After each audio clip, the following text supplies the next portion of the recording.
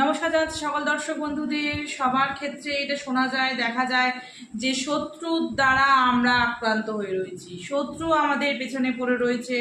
শত্রুর থেকে হাত ছাড়িয়ে দেবো কি করে সরে থাকবো, শত্রু যাতে আমাদের কোনো ক্ষতি না করতে পারে। সেই ক্ষেত্রে একটি টোটকা আপনারা করে দেখুন না, নিশ্চয়ই হয়তো উপকার পাবেন। জেনে হোক না জেনে হোক সবারই ছোটোখাটো শত্রু হয়ে থাকে, নিজের লোকই শত্রু হয়ে যায়।